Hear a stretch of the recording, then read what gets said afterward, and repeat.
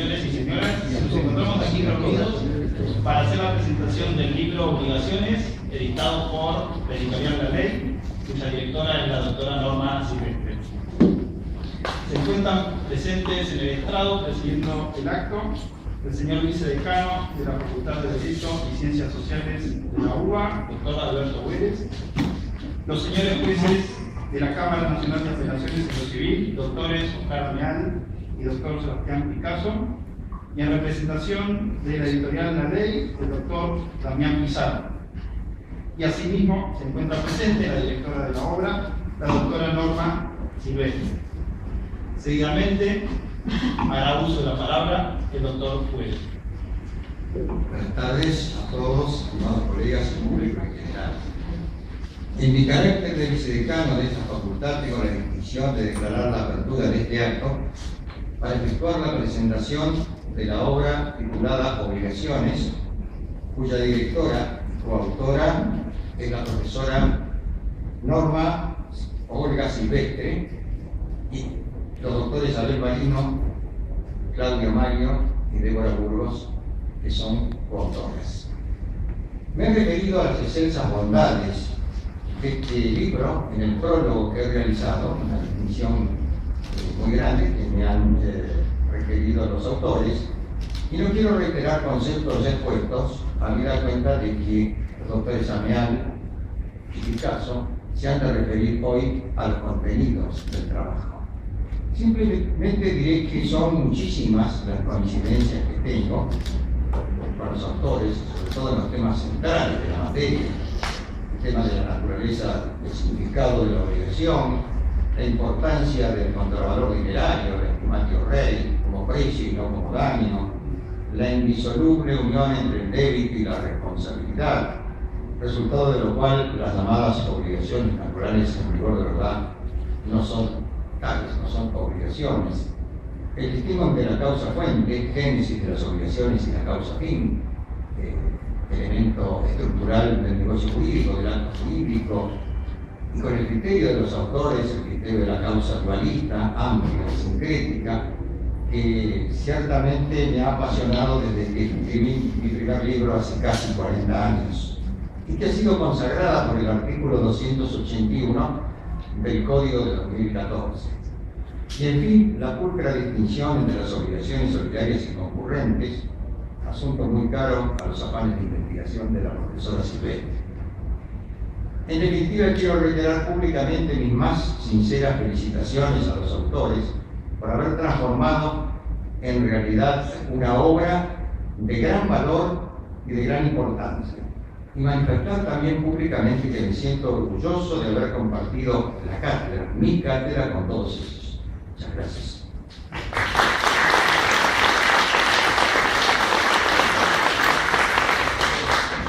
Agradecemos las distinguidas palabras del doctor Hueres y seguidamente harán uso de la palabra los expositores invitados. En primer término, el doctor Oscar Damián, quien es juez de Cámara Nacional en Apelaciones en lo Civil, miembro del Consejo Académico de la Escuela Judicial del Consejo de la Magistratura del Poder Judicial de la Nación, director del Departamento de Derecho Privado de la Facultad de Derecho de la Universidad de Buenos Aires, titular de cátedra de elementos de derecho civil, obligaciones civiles y comerciales, contratos civiles y comerciales, derecho de daños en la Facultad de Derecho de la Universidad de Buenos Aires, Derecho Civil 2 y contratos de la Facultad de Derecho y Ciencias Políticas en la Pontificia Universidad Católica Argentina, obligaciones en la Universidad del Museo Social Argentino y director de la Maestría de Derecho Civil Patrimonial de la Pontificia Universidad Católica Argentina. Asimismo, coautor del curso de obligaciones de Aurelio Perrot, conjuntamente con los doctores Alterini y López Cabana, entre otras obras. Ha asistido a numerosos congresos, seminarios, jornadas, mesas redondas y dictado conferencias radiales. Le damos el uso de la palabra. Bueno, muchas gracias. En primer lugar, tengan todos buenas tardes. Realmente es un gusto, un placer estar acá presentando en un acto como este para presentar un libro de obligaciones que realmente tiene muchas bondades. No estamos, yo por lo menos no estoy de acuerdo en muchas cosas de las que dice, pero realmente No pude leer todo el libro, pero lo primero que hice fue leer el prólogo del doctor Alberto Bueris. Porque yo sé cómo es Alberto, y yo sé que no iba a poner palabras que no estuvieran consustanciadas con la verdad. Y dije, bueno, un prólogo laudatorio, desde ya también eran amigos de él, también porque estuvieron en la cátedra, y por lo tanto con ese introito yo progresé en la obra. Los autores realmente, yo a Norma le conozco hace mucho, estuvimos mucho tiempo juntos, no en la cátedra, pero en otras actividades, en el Colegio Público de Abogados. Me acuerdo cuando ella pacientemente integraba la asamblea de abogados y levantaba la mano cuando necesitábamos eso, porque nosotros teníamos una lista, todos universitarios, y todos estaban estudiando y haciendo cosas. Cuando nosotros levantábamos la mano, ellos levantaban la mano, que era algo que querían apoyar. Por eso que yo la estimo mucho a Norma, y asimismo también al doctor Marino, al doctor Maglio, a Débora también Burgos, que la conozco de hace bastante tiempo también en el Museo Social, estuvo mucho tiempo y yo estuve mucho tiempo y sigo estando en el Museo Social todavía.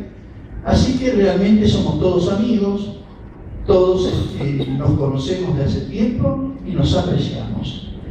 Por lo tanto, los felicito a ellos, porque realmente es una obra importante.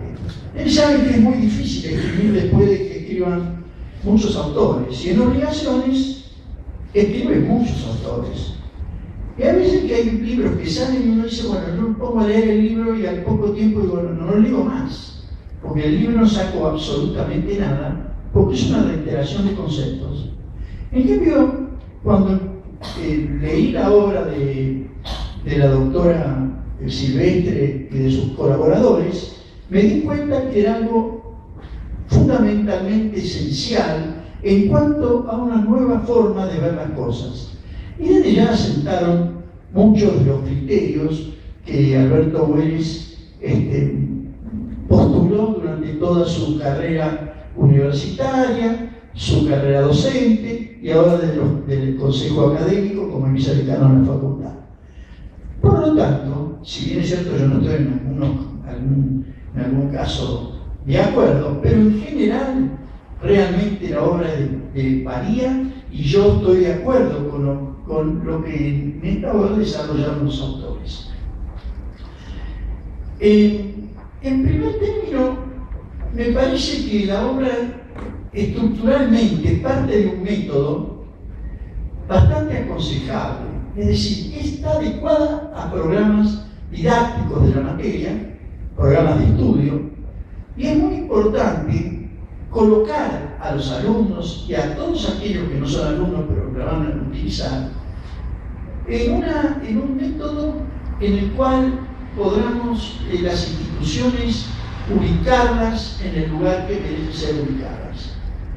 Desde ya no tienen método, por ejemplo, el nuevo Código Civil, porque no lo siguen, por suerte, pero por suerte en la parte patrimonial yo más o menos estoy de acuerdo. Lo que no estoy de acuerdo en el código en la parte de familia y sucesiones, pero hay cosas que evidentemente no comparto.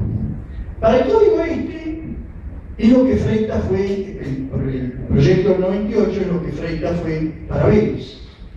Es un código que se basó fundamentalmente en el proyecto del 98, a pesar que algunos no quieren creerlo ni lo quieren decir. Pero esto es así. Entonces, me parece a mí que hay que ponerle nombre a la obra, desde siempre. No hay que andar diciendo que la tienen que derogar, porque no la tienen que derogar, sino que tenemos que apoyarla. Y es muy importante esto, porque además esta obra que hoy estamos presentando ante ustedes sigue paso a paso el proyecto en las modificaciones o innovaciones que introduce en la materia de derecho escritorio o obligacional. Obligaciones es una materia muy abstracta, no es árida, es muy rica, es dinámica, es cambiante. es muy doctrinal, por eso que muchas veces no nos ponemos de acuerdo en la doctrina, en el enfoque de algún otro instituto.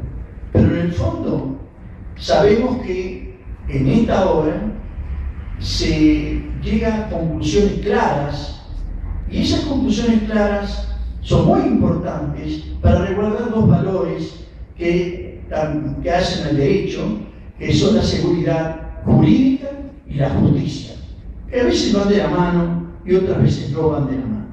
Pero acá me parece que entre los autores se pusieron de acuerdo para que realmente fuera con prudencia llevado a cabo esos lineamientos. No nos ponemos de acuerdo de ya en la definición de obligaciones, porque nosotros desde hace mucho tiempo, yo creo que ya mucho tiempo, yo soy un naturalista, a mí me parece que el derecho es el ordenamiento justo de las conductas, y me parece que hay dos órdenes importantes, que es el orden del derecho natural y el orden del derecho positivo. Y el derecho positivo, por más que quiera, no puede invadir el derecho natural, como el derecho natural no invade el derecho positivo. Por lo tanto, yo creo que desde el punto de vista del derecho natural y de la equidad, que ese es el campo de acción de la obligación natural existe como tal. Y no hay ordenamiento jurídico que la pueda negar, sin perjuicio de que, claro, la obligación civil, en esa sí se puede exigir el cumplimiento por parte de la que lo hace el deudor, e incluso forzadamente obligarlo a cumplir. Pero estamos en el campo del derecho natural. Las obligaciones naturales tienen sujeto, tienen objeto, tienen contenido, tienen vínculo, tienen causa-fuente, tienen finalidad. Es decir, que son todos los elementos de una obligación. Por lo tanto, yo creo realmente que la obligación natural existe. Desde ya no tiene acción, pero es irrepetible, lo dado el pago en razón de ellas. Incluso fíjense que hasta creo se puede pagar por consignación la obligación natural. No es un deber nada más que moral, sino que hay un imperativo de justicia acá que debe moralmente, en una obligación natural, debe cumplir. Por lo tanto, esa es una de las divergencias que yo tengo conforme a la definición de obligaciones. Y esto trae consigo también la naturaleza jurídica. Nosotros estamos con Alterini y con López Cabana desde hace tiempo consustanciados con una idea de que se trata, como decía Jean-Pierre, de un vínculo jurídico complejo. Yo sé que esto actualmente va quedando un tanto a la saga, pero nosotros consideramos, sin mengua de que también creemos que la postura de los autores y la postura de Alberto Bueles, diciendo que se puede esto explicar a través de la teoría de la estructura institucional, entonces sí hay un debe y hay un responder que van ligados, pero nosotros también estamos de acuerdo que hay un debe y un responder en la obligación civil. Cuando se habla de la concepción bipolar o del vínculo jurídico complejo, creemos que desde el primer momento se busca una cosa de otra, y en dos momentos distintos de la obligación, una tiene más fuerza que otra. La obra sigue avanzando cuando en forma perfecta diferencia y ubica las obligaciones enfrentando los derechos personales y los derechos reales. Realmente está muy bien desarrolladas las obligaciones pro terreno. Con relación a los elementos, normalmente estamos de acuerdo casi en todos los elementos, pero siempre hay un pero. Decimos, con Alterini, con Roberto López Cabana, con Zanoni también, defendemos una tesis que desde luego no es la mayoritaria, pero seguimos considerando que es atendible, por lo menos, que también un elemento de la obligación es el contenido, diferenciándolo del objeto. ¿Por qué? Porque de esa manera justificamos el pago por un tercero, que esta tesis también está desarrollada en la obra de los doctores, la desarrollan bien, y nos dicen, sino posiblemente que el tercero que paga, la obligación se extingue para nosotros por obtención de la finalidad. Es decir, no es estrictamente un pago, pero son sujetos del pago y así lo desarrollamos. Creemos que el contenido, que es la prestación, que es el dar, el hacer y no hacer, es un elemento y el objeto en sí, la botella, por ejemplo, es el objeto obligacional. Por otro lado, yo por lo menos estaba en la tesitura desde hace mucho tiempo de que la finalidad no era elemento obligacional. Entonces, por un lado estaba Terini, que era un neocausalista, Roberto, que estaba en una posición más bien intermedia, y yo que estaba en una posición anticausalista. Pero anticausalista, porque yo estoy convencido, con los autores, que la finalidad no es elemento de la obligación, es un elemento del acto, que da nacimiento a la obligación. Porque si no, en las obligaciones de fuente extracontractual donde estaba la finalidad, que era el principal reproche que le hacía Yamías y que le hacíamos nosotros a esa tesis que consideraba que la finalidad era elemento obligacional. Por lo tanto, el vínculo consideramos, como también los autores, que es elemento obligacional. Yamías no está de acuerdo porque decía que era el vínculo es elemento de cualquier obligación, pero es lo que indican bien los autores diciendo que, bueno, con ese criterio también los derechos laborales hay vínculo, los derechos de familia hay vínculo, y entonces nada sería elemento. Los sujetos están en todo lo demás, en las situaciones o relaciones jurídicas que se dan y sin embargo siguen siendo elementos. El otro problema que hay, bueno, además, ¿cómo lo entienden los autores? Que realmente esto también es un pensamiento de Alberto Güeres, y yo creo que no es descabellado esto. Yo creo que tiene razón. Yo creo que el objeto del deudor es la prestación y también el más un interés es el acreedor que le paguen. Pero nosotros no estamos en desacuerdo con esa postura, por lo menos yo, cuando hablamos de la obligación en cuanto a la concepción bipolar o del vínculo jurídico complejo de la obligación. Nosotros creemos que sí, pero se da en dos momentos distintos. Por más que desde el primer momento, como advierten ellos, nace con la obligación. La compulsión como elemento de la obligación decididamente, en la obligación civil sí, en la obligación natural no. Si quieren poner la compulsión en la obligación civil, estoy de acuerdo, porque ahí el derecho positivo crea la acción, pero la obligación natural. Siguiendo adelante, cuando se refieren a las fuentes modernas, es algo que presenta también, por suerte, el proyecto de unificatorio del Código Civil y Comercial, que en la parte patrimonial del Código Civil es mucho mejor de lo que la gente cree, que hablan de la declaración unilateral como fuente obligacional, que lo tiene el proyecto del 98 y lo tiene el proyecto unificador, y lo desarrollan desde la antigüedad, como nosotros, esto era una idea de Boffi Bollero, la tesis doctoral de Boffi Bollero, a partir de ahí la sigue Terini, y nosotros a donde van donan a los sobrinos, seguimos la tesis esa, y entonces siempre defendimos esta declaración unilateral como fuente obligacional. Ahora ya no hay ninguna duda, y además fíjense que toda la teoría general del contrato ahora se cambia por la celeridad, porque todos creen que el derecho civil invade el derecho comercial. Es al revés, se mercantilizó el derecho civil, y merced a la declaración unilateral de voluntad, a la nueva concepción de la buena fe y a la celeridad de trato, es importante concebir a este derecho civil vivificado y de cara al futuro con muchos bríos en esto. Desarrollan la promesa de recompensa, que es el principal caso de declaración unilateral de voluntad, el abuso del derecho, como también hacemos nosotros. El proyecto lo pone como principio general, que a mí me parece bien eso, lo saca de un lado y lo pone en el otro, en contra del proyecto del 98, y yo estoy de acuerdo. Yo el proyecto del 98 lo defiendo, pero cuando yo veo que la solución de este proyecto unificador es mejor metodológicamente, bueno, eso estoy de acuerdo. Y acá me parece que es un principio general. El enriquecimiento sin causa, también como fuente obligacional, y además los autores en el enriquecimiento sin causa ponen algo que nosotros venimos defendiendo desde siempre, el pago de lo indebido. El pago de lo indebido nosotros lo pusimos siempre como un caso de enriquecimiento sin causa. Se habla de gestión de negocios, del empleo útil como fuentes obligacionales, como cuasi contratos, sin mencionarlo como tal. Y después abordan la transmisión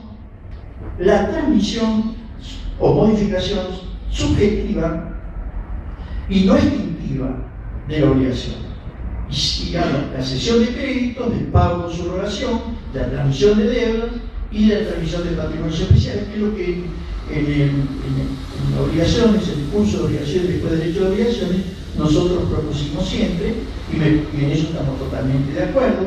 Es muy rica lo que hacen los autores cuando se refiere al pago con subrogación, lo desarrollan perfectamente, que creo que esto es lo mejor en este capítulo, porque el otro por ahí se puede ver en contratos, pero este no se ve en contratos, y entonces cesión de crédito se puede ver en contratos, transmisión de patrimonio especial en otra materia, pero este pago con subrogación es muy importante y acá se desarrolla bien.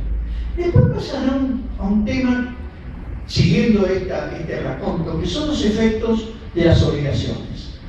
Los efectos principales, los efectos secundarios, los principales normales y anormales, están los auxiliares también.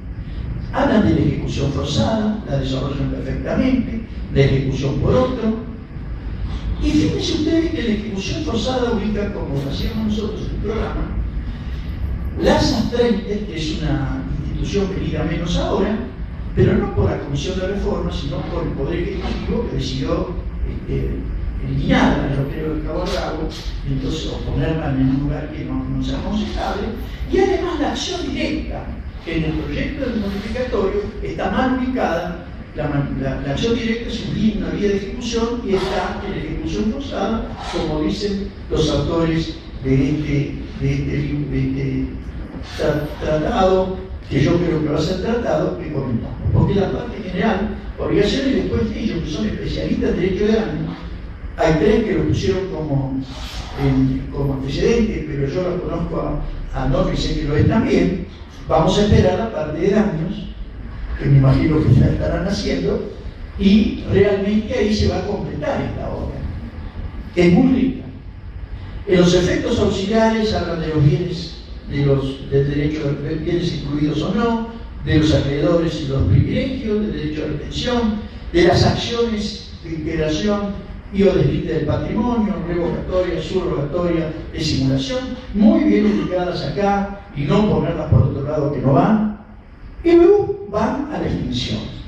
Y ahí pone el pago. Nosotros el pago lo pusimos también como efecto normal por excelencia un poco antes, porque le dábamos ese realce, pero acá no hay ningún problema porque le damos realce distinto a los otros modos extintivos. Ponen pago y otros modos extintivos. El pago es el efecto normal por excelencia de la obligación. Y en el pago desarrollan los sujetos, y ahí explican también el tema del tercero, cuando paga un tercero.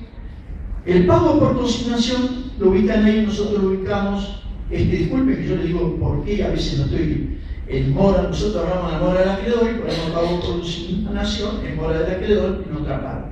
Pero acá no hay ningún problema, la tesis clásica es poner pago por consignación o imputación del pago junto como otra forma de pago y está bien ubicado. Hablan de otros modos extintivos, compensación, dación en pago, renuncia, revisión, innovación, confusión y después la imposibilidad de cumplimiento, que nosotros directamente cuando analizamos la obra la habíamos sacado, lo pusimos como caso fortuito y ellos la ponen acá, pero dicen que en la imposibilidad de cumplimiento es realmente la virtualidad del caso fortuito.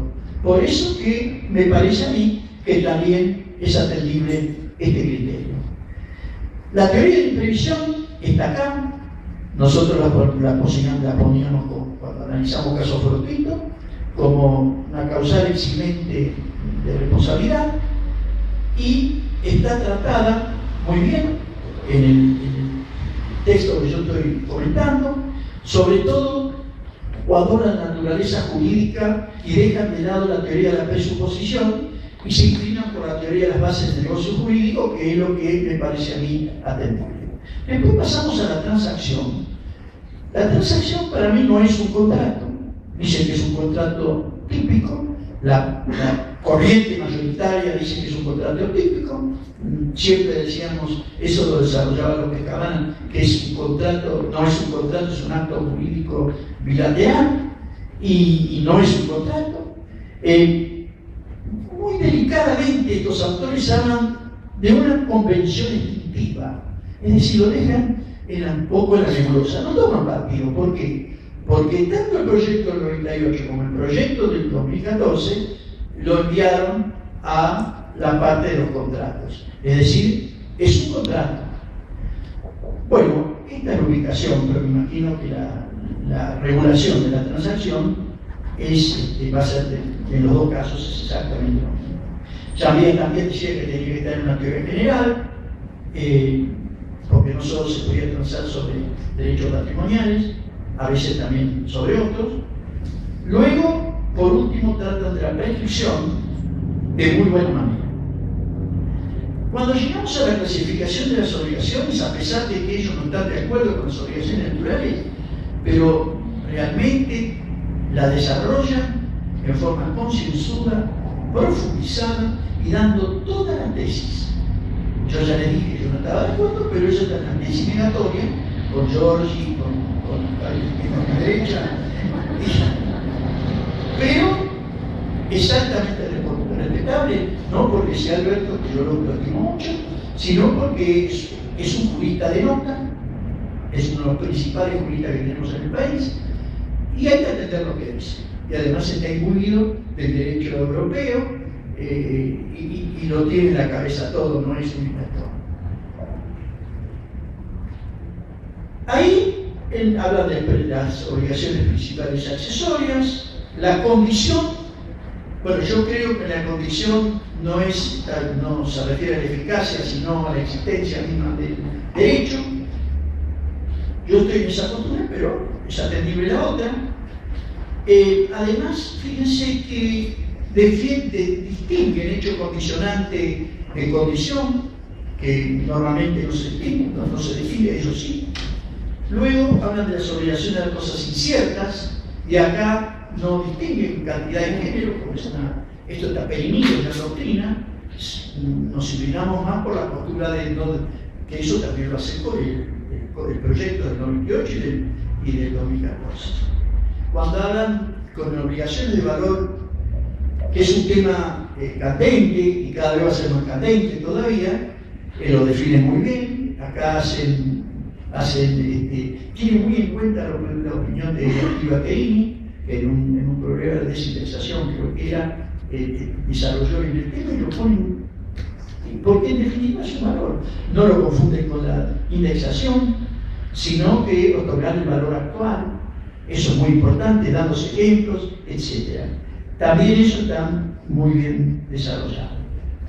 Después tenemos algo que yo no estoy de acuerdo con el proyecto, cuando ubica más las obligaciones divisibles y indivisibles de nuevo, y además la define peor, porque dice que cuando se puede fraccionar lo debido, pero yo si es singular contra singular no puedo fraccionar nada. B se equivocó, lo trató después de alternativas facultativas, y divisibles y indivisibles tienen que ser tratados en las obligaciones mancomunadas, de mancomunión solidaria y simple, pero además tanto la solidaria como la simple puede ser de prestación divisible, de prestación divisible, pero para que sea divisible y indivisible tiene que haber pluralidad de sujetos. Ese es el error que comete el proyecto del 2014, que no cometió, 2014, que no cometió el del 98. Acá distinguen perfectamente obligaciones principales y accesorias, divisibles y indivisibles, y luego solidarias y simplemente mancomunadas. Desde luego se tratan distintos, pero tal como lo regula Vélez, hablar de divisibles y hablar de simplemente mancomunadas es exactamente lo mismo. Es el mismo régimen, pero en dos lugares del código, porque Vélez las clasifica como obligaciones de objeto y tendría que haberlo especificado como obligación del sujeto plural. Simplemente eso. Yo no me adentré en las solidarias, por ejemplo, ahí tengo algunas, incluso algo que yo escribí y estoy en contra de lo que yo escribí, porque me doy cuenta que me había equivocado en aquel momento, pero eso no lo pude leer en el trabajo de ustedes. También esto, también desarrollado, de obligaciones de hacer, obligaciones de no hacer, esto. Y una cosa que a mí me interesa mucho es cuando se refieren a las obligaciones de medio y de resultado, que dice que es una distinción no ontológica, que toda obligación en sí misma es de medios y de resultado. Yo creo que fue de Moe que trajo alguna vez, vinieron acá, cuando importaban libros nuestros maestros, tenían la posibilidad de viajar y traían libros importados, venían acá, lo desarrollaban y era opinotec. Y era de Moe. Y claro, en un momento determinado, justamente en medicina, acá lo tenemos a Hueles que agotó todo cuando escribió sobre medicina, sobre la mala praxis médica y sobre todo los establecimientos médicos, todo lo que escribió aquí. Y ahí justamente se habla de obligaciones de medio de resultado. En este momento yo creo que es una distinción que ya no va teniendo razón de ser, porque ahora procesalmente se habla de la carga dinámica probatoria y el que está en mejores condiciones de hacerlo es el que debe probar, y si no hay una seria presunción en su contra. Fíjense que las obligaciones de medio de resultado tenían razón de ser cuando se hablaba de la culpa. En eso estoy distanciado totalmente de Llavías. Llavías, por ejemplo, en la mala praxis médica decía que lo único que tenía que hacer el médico era esperar que el paciente probara su culpa. Es como probar muchas veces el paciente su culpa. De ahí viene toda esta distinción. Si es una obligación de medios, había que probar la culpa, pero hay presunciones. Además, el concepto de culpa se ha alterado y la prueba de la culpa, conforme a esta teoría, hay serias presunciones porque el médico siempre está en mejores condiciones que el paciente, como si era abogado, como si era ingeniero, un arquitecto, en la mala praxis profesional, de probar los factores de atribución subjetivos. La de medios y resultados a veces es una posición muy rígida, ahora realmente se ha aligerado esa definición. Y entre las críticas que le hacen los autores, hablan de que con eso se beneficiaban las obligaciones contraídas por los profesionales. Bueno, cuando llegan a leer todo esto los profesionales, bueno, esa que está en contra de ustedes. Pero, ¿por qué dicen esto? Porque ellos, con algo que a mí me enseñó alguna vez López Olaciré, que fue un gran maestro para mí en la carrera, que empezó a hablar del daño injustamente padecido debía ser resarcido. Y por eso mismo, como ellos hablan del daño injustamente, yo me refiero a él porque lo tengo aquí adelante, a ellos, a nosotros mismos. Pero, claro, están los tres ahí. Pero realmente yo creo que este daño injustamente padecido es el que da lugar a esta postura conforme a las obligaciones de medio resultado. Y por último, que es la niña de los ojos verdes, que son las obligaciones concurrentes y la diferencia con las obligaciones solidarias. Y ya lo dijo el doctor Hueles, que justamente él se detuvo en esto. Y esta diferencia entre obligaciones concurrentes y solidarias, desde hace rato nosotros la venimos pregonando, pero ellos la desarrollaron con soltura y además la cristalizaron en el proyecto no, que ahora es el Código Civil. Así que también felicitaciones por ello. Bueno, esto es lo que yo les puedo decir rápidamente del libro que es un libro que, acuérdense lo que les digo, está muy ayornado, tiene la doctrina de los autores nacionales más importantes, Pizarro, Vallespino, Alberto. Realmente yo los felicito efusivamente y ojalá tengan mucha suerte, no solo en esto, sino en el ejercicio de la docencia que tanto amamos. Nada más.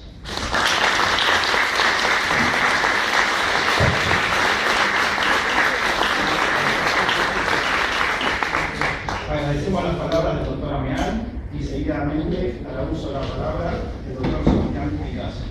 El doctor Sebastián Picasso es doctor en Derecho de la UBA, máster en Derecho Privado de la Universidad de París, profesor de Derecho Civil en grado y posgrado en la Facultad de Derecho de la UBA, profesor de diversos posgrados en universidades nacionales y extranjeras, juez de la Cámara Nacional de Apelaciones en lo Civil y autor de numerosas publicaciones en libros y revistas especializadas. Bueno, buenas noches. Es un gran gusto y un honor haber sido convocado para participar en este libro. Realmente una obra muy rica, de la cual se ha hablado ya bastante. Voy a tratar de hacer algunas consideraciones sobre algunos aspectos puntuales que por ahí. Me gustaría terminar relevando algunas perlitas, algunos pequeños aspectos, aspectos puntuales, digamos, de la obra, que me parece que merecen una mención particular. Hay un capítulo preliminar, esto lo mencionó el profesor Ameal, que yo encuentro algo muy acertado, en donde se debaten cuestiones, se exponen cuestiones generales que tienen que ver con el trazamiento de la materia en el resto del derecho privado. Por supuesto, la relación con los derechos reales, pero también se ponen otras cosas, por ejemplo, el tema de las fuentes. Y acá aparece lo que yo mencionaba acerca de la complejidad del derecho moderno. No se habla solo del Código Civil, se menciona la Ley de Defensa del Consumidor, se mencionan la normativa supranacional, la normativa del Mercosur, se hace una reseña del derecho comparable de las normas individuales, es decir, ya partiendo de ese capítulo preliminar, hay una estructura de la obra que reemplaza una visión muy contemporánea y por lo tanto muy compleja. Efectivamente, este capítulo se hace cargo de esa complejidad. Bueno, hay un tratamiento muy exhaustivo, muy fundado del concepto y los elementos de la obligación, con precisiones en materias muy importantes como la actuación de auxiliares, por ejemplo, donde otra vez aparece el nuevo código y el debate y el análisis de los nuevos artículos. También lo mencionó el doctor Ameal, un completísimo estudio de las fuentes de las obligaciones, muy exhaustivo, donde no solo aparecen las fuentes clásicas, sino también las nuevas fuentes, el abuso del derecho, la voluntad unilateral, con conjunta razón, lo dijo el profesor Ameal, muy bien desarrollada, con todas sus especies, el reconocimiento de obligaciones, la oferta, el derecho común, el derecho del consumo, la promesa de recompensa, las garantías a primer requerimiento, etc. Así hay realmente un desarrollo muy exhaustivo de estas fuentes de obligaciones que, por supuesto, con la complejidad del derecho moderno ya no son más las 4 o 5 fuentes clásicas, sino que son muchas más y que aparecen todas correctamente expuestas. También una clara exposición y coherente con las categorías que se han manejado antes de los efectos de las obligaciones. Particularmente interesante me pareció el análisis de las distintas teorías relacionadas con la naturaleza del equivalente literario de la prestación, cuando el cumplimiento se torna imposible, si esto es una indemnización, si en realidad es un cumplimiento forzado, y no se queda el libro de la sola teoría, sino que tiene un punto que efectivamente explica, y esto es muy importante porque es así, todas las derivaciones prácticas que se derivan de una calificación o de la otra. Y esto, bueno, creo que además ha cobrado nueva actividad con nueva actualidad, con diversas normas del nuevo código. También resalto, al igual que el profesor Ameal, la inclusión de un capítulo expreso que trata la compleja, espinosa cuestión de las organizaciones de medios y de resultados, y lo trata de manera exhaustiva, haciendo además un manejo histórico, un desarrollo histórico del tema, las distintas etapas de la evolución de esta teoría, las críticas que ha recibido, que están muy bien compendiadas, de manera muy puntillosa, y además son refutadas, creo yo, de manera muy solvente. La función actual del distingo, y además aparecen distintos ejemplos de obligaciones de medios, obligaciones de resultados, y aparece una suerte de casuística que es muy enriquecedora y muy ilustrativa de esta temática.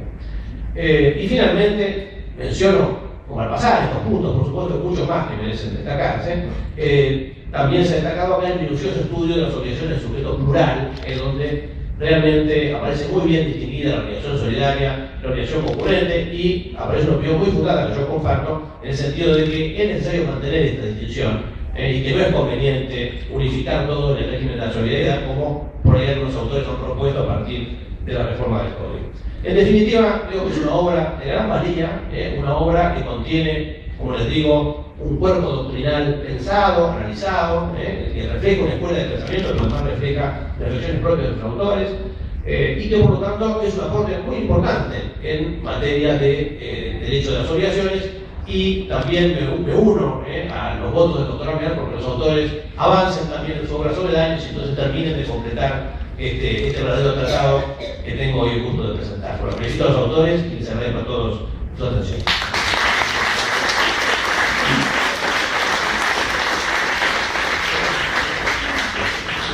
Agradecemos las palabras del doctor Picasso y seguidamente hará uso de la palabra en representación de la editorial La Ley, el doctor Damián Pizarro.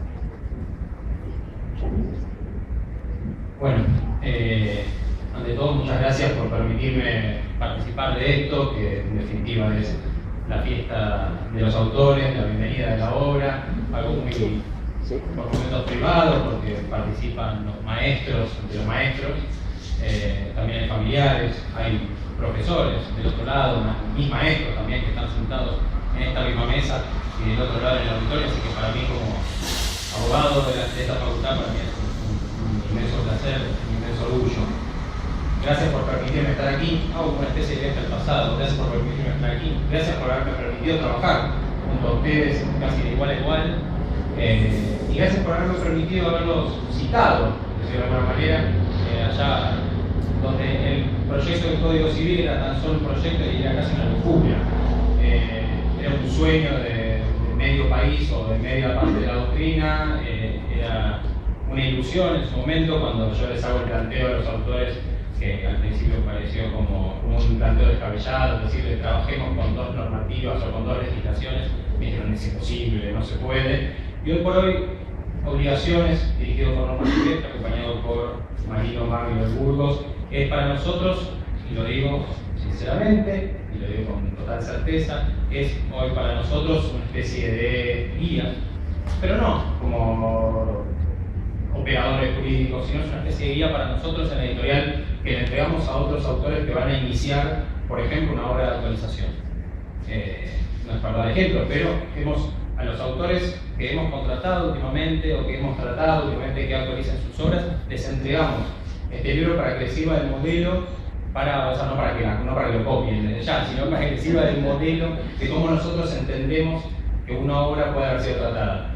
Desde ya, esto no empezó el año pasado, o a fin del año pasado, cuando el proyecto ya era casi un hecho, sino hoy buscaba entre los mails y encontraba nuestras conversaciones de julio del 2013, y hay anteriores también, donde la verdad es que hablábamos del proyecto de código y decíamos, bueno, sale o no sale, parecía que salía al día siguiente, parecía que no sé, el código nos atropellaba.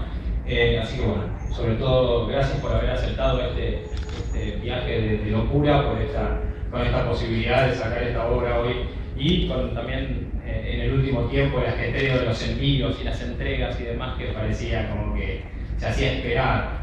Me acuerdo que me llamaban del local de La Ley diciéndome, hoy vino otra vez el profesor Marino a preguntar si el libro ya está, porque los alumnos lo necesitan. Como ya dije, están los maestros acá, así que me había notado, dije, bueno, Boyle ya habló bien de los autores, y ya habló muy bien de los autores, así que poco puedo decir yo que él no haya dicho. A mí habló sobre el método adecuado que tiene la obra y un poco hice referencia recién. En caso habló sobre el lenguaje y sobre esta referencia continua al proyecto, y no como una mera referencia, sino también con esta manera de integrar el proyecto, lo que en ese momento era el proyecto, a una normativa actual y a la posibilidad de que estos dos, de alguna manera, estos dos planos coexistan por un tiempo más. Esto no es obviamente un punto de final de un código que termina, sino que es un punto de partida para un nuevo ordenamiento que va a tener que fusionar las dos normativas, como ya lo explicaron, y obviamente poco tengo para decir. Esta presentación, que parece tardía porque esta obra salió a finales del año pasado, mediados del año pasado, en realidad creo que goza hoy de una madurez. La madurez de que muchos de nuestros colaboradores lo pueden haber leído para ver cómo es que está. Muchos alumnos ya la han utilizado, ya la hemos recomendado muchas veces, la hemos comercializado bastante.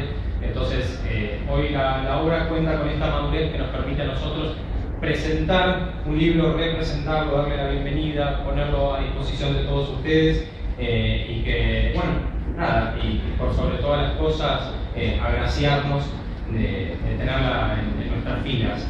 Desde ya en su momento, cuando dije tenemos que hacer Obligaciones y daños, también me miraron con la misma cara de que estaba loco, así que esperaremos poder trabajar de esa manera. Bueno, por sobre todas las cosas, muchas gracias nuevamente por haberme permitido estar aquí, gracias al auditorio, gracias a la doctora Silvestre, que siempre confió en mí, sinceramente lo digo.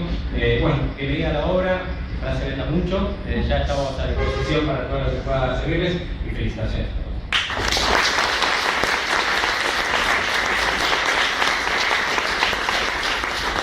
Agradecemos las palabras del doctor Pizarro.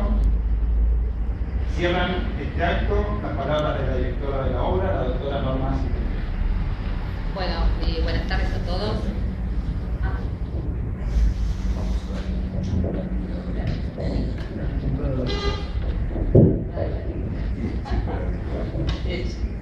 Bueno, buenas tardes a todos. La verdad que estoy muy emocionada por las palabras de estos distinguidos profesores, juristas de talla y nativos que están aquí presentes. Lo primero que quiero decir es que deberían estar sentados aquí los tres coautores y amigos que están acá sentados adelante, pero deberían estar aquí, pero por razones de espacio es imposible, así que bueno, es como si estuvieran sentados. Gracias a Damián y a la editorial La Ley por sus palabras, y con la editorial La Ley nos une una larga relación, a través de todas las obras que comercializan, larga relación con los diferentes productos que comercializan. Así que muchas gracias a Damián y a la editorial La Ley. Yo no voy a hablar de derecho, ni tampoco voy a hablar de la propia obra nuestra. Lo único que quiero contar un poquito es cómo nació la idea de hacer este libro. Porque la verdad es que nosotros siempre fuimos reacios a hacer una obra de obligaciones. Es decir, varias veces, se lo comentamos en su momento a Damián, varias veces nos lo propusieron y siempre desechamos la idea porque justamente, como dijeron acá Oscar y Sebastián, hay maravillosas obras de obligaciones y nos parecía que emprender semejante obra, si emprendíamos esa obra, nuestra tarea iba a ser solamente la de sistematizar y organizar y sistematizar metodológicamente quizás y las opiniones de otros. Entonces, son magníficas las obras que hay, entonces nos pareció que era una tarea que no iba a tener ninguna creación. Pero ocurrió que en el año 2011 el Poder Ejecutivo nombra la comisión, que como todos sabemos, integrada por los doctores, la doctora Hayton, el doctor Lorenzetti, la doctora Clememáger de Carlucci, que fue la comisión encargada de elaborar el proyecto de reforma. Y entonces en ese momento yo tuve el honor y algunos de los coautores también de colaborar con algunos de los temas de la reforma, y una vez presentado el anteproyecto de código en el año 2012, ante era un proyecto, pero ante esa realidad nos pareció que era importante a todos los integrantes de la cátedra comenzar a reunirnos para destacar, estudiar en realidad, porque estábamos todos estudiando, estuvimos todos estudiando los nuevos aspectos que traía la reforma en nuestra materia, porque después teníamos que volcar todo esto en nuestras clases de grado y posgrado.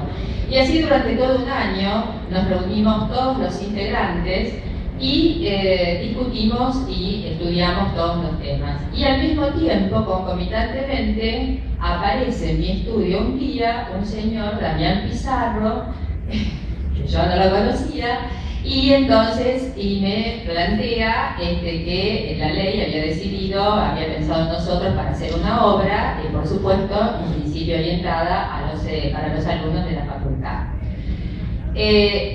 Entonces, digamos como que se concatenaron diferentes hechos. Damián, que aparece, es decir, la editorial La Ley, que aparece a hacernos este ofrecimiento, y nuestras reuniones, las reuniones que hacíamos estudiando la reforma. Y entonces ahí, todos reunidos, porque éramos todos, es decir, desde los adjuntos hasta los auxiliares docentes, los jefes de trabajos prácticos, ahí en realidad nos dimos cuenta que a través de los años de enseñar a obligaciones, muchos años, habíamos adquirido un criterio que de alguna manera común, diríamos, y que de alguna manera nos diferenciaba, que seguía, por supuesto, en grandes lineamientos, las ideas de nuestro querido profesor y maestro, el doctor Alberto Güedes, con quien algunos de nosotros estuvimos compartiendo su cátedra, formando parte de su cátedra por más de 20 años. Entonces, así es como decidimos emprender esta tarea que hoy es el resultado de este libro. Quiero destacar que la obra es un trabajo de equipo, con todo lo que ello significa, porque desde debatir las opiniones hasta tomar criterios comunes y volcarlos como una idea ya elaborada en la página en blanco. La obra además no tiene, como decía muy bien acá, no hemos tratado la parte de responsabilidad civil o derecho de daños, porque nos pareció que en realidad nos pareció no, teniendo en cuenta las estructuras de los programas de obligaciones de la facultad, hubiéramos tenido que darle un tratamiento muy mínimo y que no se merece el derecho de daños con el desarrollo que tiene hoy en día. De todas maneras, esto de separar en dos tramos el derecho de daños y la teoría general de la responsabilidad civil no está mal, porque es un criterio seguido por algunas universidades extranjeras, como por ejemplo las universidades de Salamanca, la Universidad de Deusto, la Autónoma de Barcelona, es decir, donde se estudian separadamente obligaciones y la teoría general de la responsabilidad civil. Finalmente, nos dimos cuenta que esta idea de estudiar, decidir y elegir, tratar con profundidad la obligación, la teoría general de la obligación, fue una decisión benigna o buena, porque fíjense que justamente con producto de la reforma del Código Civil, hoy tenemos digamos, unificadas las obligaciones y los contratos civiles y comerciales. Entonces, la materia esta de obligaciones adquiere jerarquía porque se considera, es decir, aparece como el derecho común en todo el derecho privado argentino, porque es decir, tanto en el derecho civil como en el derecho comercial, todo el tema de obligaciones es derecho común. Bueno, así es como desarrollamos esta obra. Yo quiero agradecer a esta facultad, acá voy a leer porque no me quiero olvidar de nadie, pero primero quiero agradecer en primer lugar a la facultad, esta facultad que tanto transitamos, que tanto amamos, que estamos desde épocas inmemoriales acá adentro y que no nos queremos ir. Y bueno, y que nos permitió formarnos jurídicamente en ella y además practicar este oficio maravilloso que es el de la enseñanza. Acá tengo una amiga que dice sí, que también lo hace. Este oficio maravilloso que es el de la enseñanza, y acá no quiero dejar de recordar y de resaltar en este tema de la enseñanza toda la colaboración que tenemos en la cátedra con todos nuestros con todos los profesores que la integran, desde los adjuntos hasta los auxiliares docentes, es decir, con todos tenemos un excelente trato y nos ayuda mucho en la cátedra. Quiero también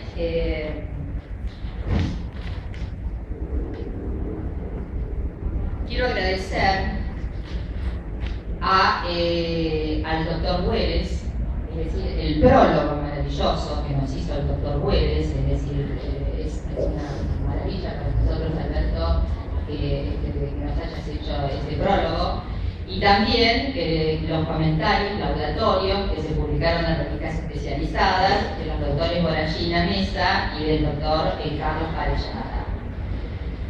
A la editorial La Ley, como ya dijimos, y a Damián Pizarro, que un poco también habló de este tema, nos acompañó en el desarrollo de nuestros trabajos, y también, finalmente, nuestro querido doctor Fernando Zagarna, director editorial, viabilizó su concreción, aun cuando el número de caracteres que la obra representaba excedió mucho los que estaban autorizados desde el primer momento. Quiero agradecer al querido grupo de Derecho Abierto, presidido, hoy no está ausente con aviso, presidido desde hace más de 20 años por la doctora Hayton, la doctora Hayton de Rasco, actual vicepresidente de la Corte Suprema de Justicia de la Nación, en cuyo seno han sido tratados y discutidos muchos de los temas que forman parte de este libro. Finalmente, quiero agradecer a nuestros familiares, quienes con estoicismo han soportado el cercenamiento de horas de vida compartida que hemos dedicado a la elaboración de esta obra. Y en suma, a todos los compañeros, colegas que están hoy aquí presentes. Muchas gracias a todos.